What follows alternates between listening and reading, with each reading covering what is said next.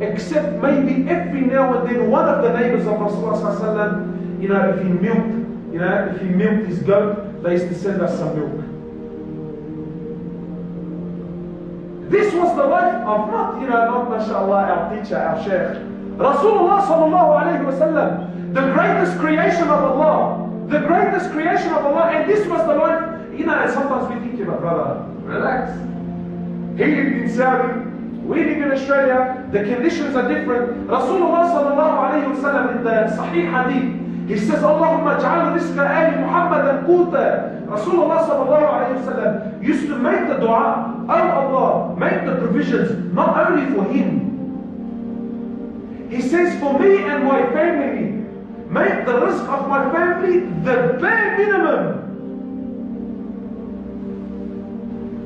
He wasn't concerned about this life, he wasn't concerned. This world is nothing, my brothers. Wallah al-Azim, it's nothing. It's a deception. It's a dream. Allah subhanahu wa ta'ala, He says in the Quran, He says, وَمَا الْحَيَاةُ الدُّنْيَا إِلَّا مَتَاعُ الْغُرُورِ. Allah subhanahu wa ta'ala says, what is this world?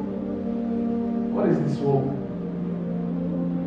Hassan al-Basri says, this world is but what? One of you went to sleep, seen a nice dream, woke up in the morning, and it was gone. Allah is saying, وَمَا الْحَيَاةُ الدُّنْيَا. What is this world? Except it's a deception, it's a dream. I've been saying to the brothers lately, I don't know about you, but I keep having this recurring dream. Is anyone here who keeps having a recurring dream? Anyone? No? I keep having this recurring dream. It's a silly dream, it's a funny one. But I keep having this dream that I can jump very high. And I've been having it for like about 8 years now. Alright? Yeah, honestly, I don't know what it is. Maybe I don't know what I'm smoking before I go to sleep, or I don't know what I'm on, right? But it's this dream. Yeah, I maybe have it once a year. Maybe once a year.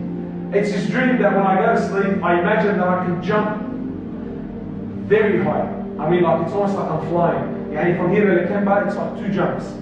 Right? It's like, and then I jump back up, and and as I'm jumping, I'm looking down. Anyway, the last one I had, right? I think it was maybe like about a year ago. By Allah, Wallah Azim, I'm in the house of Allah. It felt so real. It felt so real that when I woke up, and I live in Guildford, when I woke up, it didn't feel like it felt like I was still in the dream. So I woke up out of the bed, and when I got up, I came to jump. And I realized, hang on, I'm actually not going anywhere. I thought, wow, it felt that real. That's how real this dream felt. And honestly, how many of us, and please boys, we're kicking back now, let's be honest. How many of you have really had that dream? Every one of us has had that dream. You know the dream when you're on Hoblos, mashallah, in Double Bay somewhere. You got that, that double, triple story house. That beautiful house that's on the water. You got this gun of a wife, 6'2", looks like a Ferrari. You look outside the window and there's this beautiful BMW X5 parked in your driveway. You think, yeah, that's it. And then you wake up in that dream, you wake up and you realize that you're living in your father's granny flat in Auburn. And the Ferrari looking wife looks like a maxi van, 4-seater. And then you look outside and what was supposed to be an X5 in the driveway is a repairable write-off Mazda 3 you've been trying to sell for 6 months, but no one wants to buy it because it's on revs. But we're all living this dream. We're all living this dream. Like you're going to take it with you. My brothers, how many people came before us and left? What did they take? What did they take? Brothers, we're here to worship Allah. We're here to worship Allah. Please understand, Allah doesn't care about these trivial things.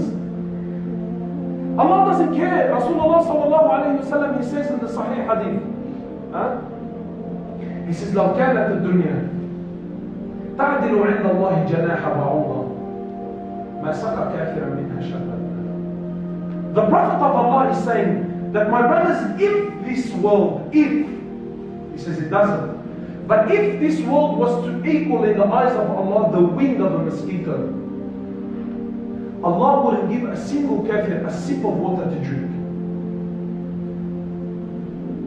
And really logically, you imagine this kafir or this disbeliever or this enemy of Allah, he's an enemy of Allah, he's an enemy of Rasulullah sallallahu alayhi wa sallam, he's harming the Muslims, yet Allah subhanahu wa ta'ala still gives him on a daily basis. And he's not just giving him, he's giving them fame and empires and businesses and millions of dollars and women and cars and everything that you and I desire so much.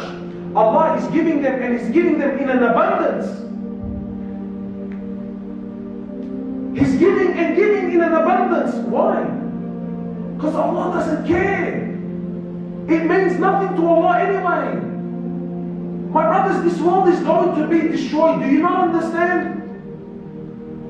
It's not a guessing game. Allah is definitely going to destroy this world. He's definitely going to do it. So what are you investing in really? What are we investing in?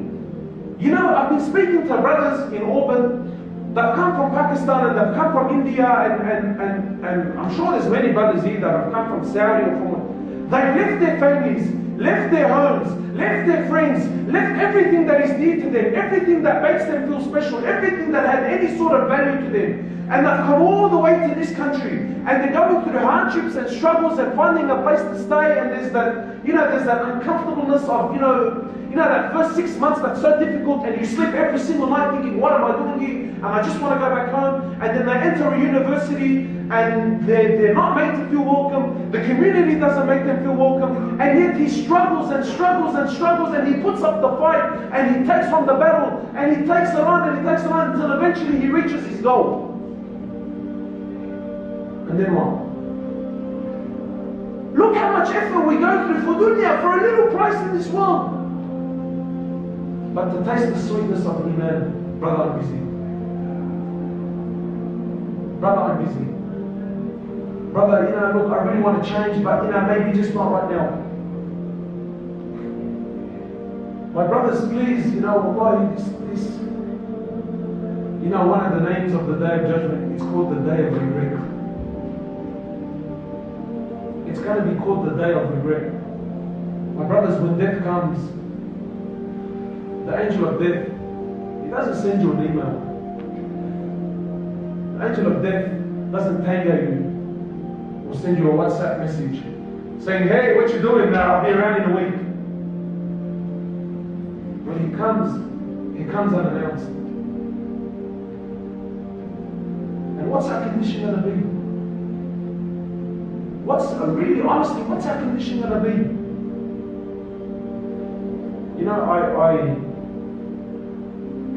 Maybe it's a bit of a confession, right? About 5 minutes ago. For many years I struggled with this concept of how Allah, He's the ultimate, He's the most forgiving, but Allah is the most just. Right? I used to struggle with this. It's a bit of a confession, right? And this was something in my heart. I was thinking, how can Allah be the most just, but the most forgiving? And this was something that really battled in my heart for a long time. So then I remember once I was asking around, and I never really got a right answer. And then I remembered I was hearing a talk, and the Shaykh hit it right on the nail. And I thought, Allahu Akbar, the greatest of Allah. He says, have you ever really wondered and pondered how Allah subhanahu wa ta'ala, when someone worships Him for 50, 60 years, He rewards him with an eternity of paradise.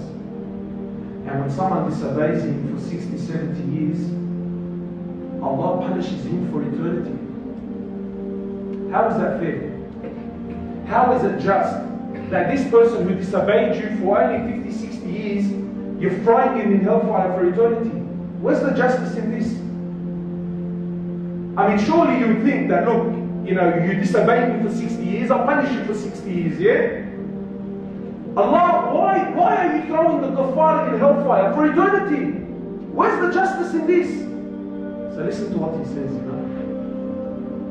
He says, when Allah subhanahu wa ta'ala takes the life of someone, Allah knows that the condition of the person at death is the condition he was going to be in for eternity anyway. So when a Muslim dies and he used to make salah during his death, Allah already knew that had this man lived for eternity, he was going to always establish his prayer anyway. That's why Allah rewards him with eternity of paradise. And when someone dies with no Quran in his life, with no salah in his life, sometimes we think, oh, so young. No, he wasn't young. Allah knew very well, had this man lived for eternity, he was never going to pray anyway. Therefore, he goes into Jahannam for eternity. This is the justice of Allah Azza wa Jalla. So really, honestly, I want to ask you, if I died right now, if you and I were to die right now, and the condition that we're in, now, honestly, every one of us, we're in this dream. Wallahi, we're dreaming. That, brother, relax. Why are you stressing, brother? I'm still young. When I finish uni, you don't know what I have planned. I have a big Umrah trip coming up. I have a big Hajj trip coming up. Brother, relax. As soon as I pay off my house, I know it's riba, but relax. As soon as I pay off my house, Allahu Akbar, ibadah, ibadah, ibadah. And shaitan has us in this web, Brother, don't you understand that if you died right now, you will face Allah as someone who was going to be paying riba for eternity? If you die now without salah in your life, you will die and stand before Allah as someone who was never going to establish salah. How many sisters have died without hijab on? How many sisters have died with... How many? This was going to always be our condition. And this is the ultimate justice of Allah subhanahu wa ta'ala. And this is also His ultimate mercy. So my brothers, this world, it's a big web. It's a big dream. Shaitan has us so wrapped, and we think, brother, relax. I have it all under control. Brother, millions said the same words before you. Millions said the same words before you. And they failed miserably. What makes you think you're so good? So my brothers, to come back to the issue, you need to understand that this world, it's not for us. This world, no matter how much you have in this dunya, it will never satisfy you. Haven't you, I use this example all the time. Does any one of you remember his first car? Does anyone remember his first car? Can I just get a show of hands? Anyone that can remember his first car? Yeah? Do you remember what a piece of crap that thing was, man? My car was the biggest bomb in the world. But when I bought that thing, bro, I'm telling you, you know what, this Ferrari dealership has nothing on me, man. I was sitting back thinking, this is it, bro, this is the bomb. Not the bomb, like the bomb as in the thing. But how long did that feeling last? How long did that feeling last before that car that I thought was so great? I was so convinced that when I get my license, my life was going to change. I was so convinced that, the only misery in my life is the fact that I don't have a car. I got my license, I got my car, and 2 weeks, 3 weeks, 4 weeks, a month, 3 months into it, that car that was supposed to bring me so much happiness became the most embarrassing thing in my life. And since then, I've been upgrading my car since, and I'm still not happy. Brothers are rolling cars out of dealerships, rolling them out of a dealership. I wish I had a bit more money, I would have done some of you. If I had a bit more money, I would have got the optional nav. How many of us were so content, we were so sure of ourselves that the only misery in my life, the only reason why I'm not enjoying my life is because I'm not married yet. Any single brother, he tells their brother, once I get married, you watch, hold on. And the married man looks back and thinks, yeah, this guy has no idea. How many sisters thought, I'm waiting for Mr. Perfect to come and pick me up and then my life is going to change. And from the day you married her brain to now, she looks at you. Honestly, have you ever caught your wife just staring at you but not saying anything? Honestly, have you? But have you ever caught your wife just staring at you but not saying anything? Brother, you know what she's thinking? How did I end up with this monkey, bro? Sorry, excuse the language. She's thinking, how did I end up with this guy, man? I catch my wife all the time. But this is, And that's this dunya.